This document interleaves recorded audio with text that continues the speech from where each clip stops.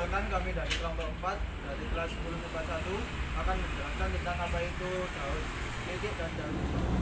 Nama saya Febili Intan Nursana, absen 15. Nama saya Hikmat Absen absen 19. Nama saya Dinda Kurnia Aryani, absen 13. Nama saya Muhammad Fernanda Surya Andika, absen 22. Nama saya Bagus Santoso, nomor absen 9. Nama saya Arsya Rusmila Kuntia, absen 6. Hampir semua orang pernah terjangkit virus. Mungkin kamu juga salah satunya. Secara sederhana, virus adalah penyebab dan penular penyakit seperti cacar dan influenza. Secara garis besar, virus menyebar melalui dua daun, yaitu daun litik dan daun rizogenik, yang pada akhirnya akan menyebabkan kematian bagi sel inang tempat virus hidup. Virus hanya dapat melakukan replikasi pada siklus ini, atau dengan kata lain disebut dengan virus virulen. Pada daun litik terdiri dari 5 tahap sebagai berikut. A. Tahap absorpsi. Pada tahap ini, bagian ujung ekor virus, reseptor, menempel pada dinding sel bakteri. Proses penempelan ini hanya terjadi pada virus tertentu. Jadi, dengan kata lain, proses penempelan virus bersifat dengan khas. Setelah menempel, virus akan segera mengeluarkan enzim lisozim untuk melubangi dinding sel inang. B. Tahap penetrasi. Pada tahap ini, DNA atau RNA virus masuk ke dalam sel inang melalui penambatan lempeng ujung, kontraksi, dan penusukan basal. Bagian tubuh virus yang masuk ke dalam sel inang hanyalah asam nukleat, sedangkan bagian kapsid tetap berada di luar dinding sel dan akan terlepas dengan sendirinya setelah tidak berguna lagi. Tahap sintesis. Proses yang terjadi pada tahap ini adalah penghancuran DNA sel inang sehingga membuat sintesis DNA bakteri berhenti bekerja. Setelah proses ini berhasil, DNA bakteri kemudian digantikan oleh RNA atau DNA virus sehingga virus mampu mengendalikan secara utuh kehidupan dari sel bakteri. Hal ini bertujuan untuk membuat salinan asam nukleat virus DNA atau RNA yang kemudian membentuk berbagai komponen tubuh virus seperti ekor dan kapsid.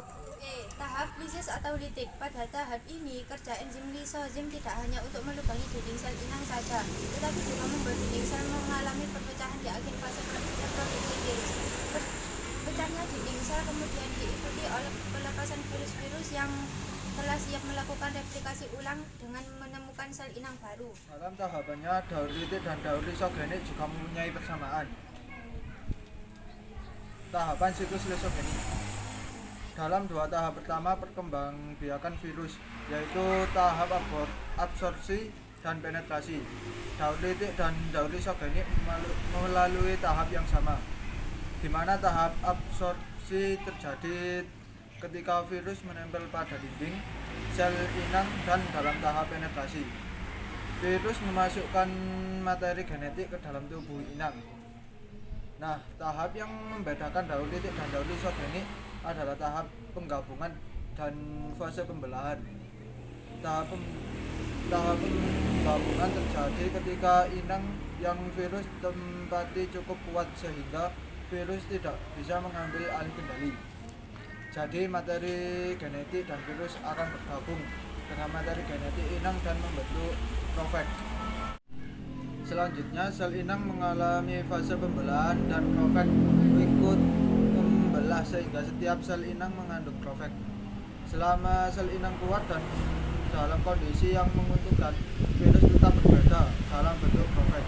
Namun, bila sel inang lemah atau dalam keadaan yang tidak menguntungkan seperti terkena radiasi ultraviolet, virus akan langsung memisahkan diri. Kemudian virus akan langsung menghancurkan materi genetik inang dan mengambil kendali. Lalu proses yang terjadi sama dengan tahap sintesis pada daun litik. Fase pemisahan terjadi ketika sel bakteri sudah membelah dan siap melakukan penetrasi lebih lanjut ke dalam sel. RNA kemudian membentuk komponen tubuh seperti ekor dan kapsid. Selanjutnya terjadi tahap perakitan virus di mana tubuh, kepala, ekor, dan komponen virus menjadi satu. Virus yang utuh. Kapsis utuh juga akan diisi oleh DNA atau RNA untuk mereproduksi virus baru. Pada tahap ini, virus yang dihasilkan bisa mencapai 100 sampai 200 buah. Tahap terakhir adalah tahap lisis, di mana kerja enzim lisozim melubangi dinding sel inang dan membuat dinding sel mengalami perpecahan sehingga virus-virus baru dapat dilepaskan untuk melakukan replikasi ulang.